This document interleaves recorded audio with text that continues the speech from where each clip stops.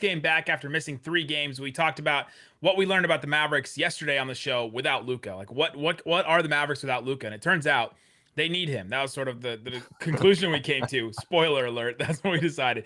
26 points, 9 boards, 9 assists for Luka.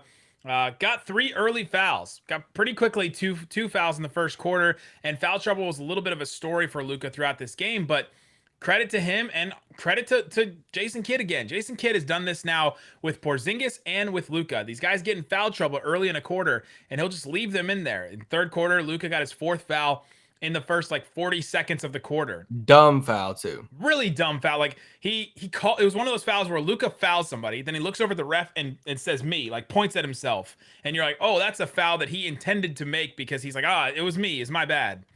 And then you just think, no, Luka, you had 3 fouls. You can't get that 4th foul that way. But credit to Luka and Jason Kidd. They left him in the quarter. He played 9 more minutes after that, or 8 more minutes after that. Scored 15 points in the third quarter, and it woke the Mavericks up. Yeah, man.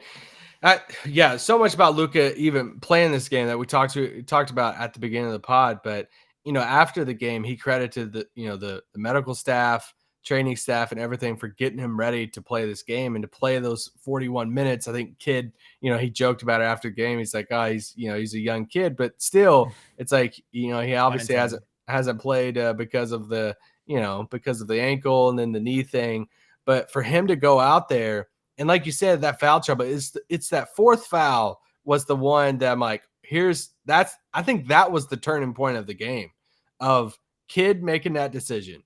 Do I leave Luka in or not? Because him leaving Luka in, and then Luka goes on this run. I mean, I know at one point he had 15 points in the third. He might end up with more than that. No, he had 15. Okay, so I think on the flip side of that, Ty Lue is an incredible coach. But why on God's green earth did they not just attack Luka all the time? Like, as soon as Luka got his 4th, I would just be saying, hey, go at Luka, get the switch. Like, let's do this. This Clippers team isn't built for that. They don't have these guys that just drive at guys over and over again. Built like that. They're not. They're built different. And in the way that they're built different, they're a jump shooting team. They take jumpers. Reggie Jackson, jumpers. Eric Bledsoe, jumpers now, I guess. Paul George, he's a jump shooter. He's not a guy driving to the rim, creating contact. Like he can though. He can do that, but that's not what this team does. This team, I listen to the Locked On Clippers, and they're always lamenting about how this team can't get to the free throw line and can't create, free throw attempts. And so that's just what this team is. And so it may have been smart to leave Luka in because this team doesn't create contact like that and doesn't have anybody that really gets to the line in that way.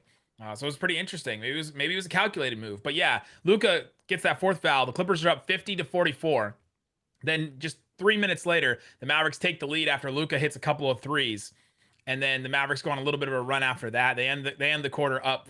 They end the quarter up 4, so they were down 4 at that, and then they were up 4 at the end of the third quarter. That was absolutely huge. Luka's 15 points, and he hit 3 threes in that stretch too, which was insane because at halftime, I was looking up what's the least amount of threes a team has ever hit, or when was the last time a team didn't hit a single 3 in a game, because the Mavericks started this game absolutely awful from 3. I think they were 0 for 13, and Luka finally hit one in the first half, and they were 1 for 14 at the half. Just absolutely awful from 3. Nobody could hit anything, and finally Luka hits those 3 threes.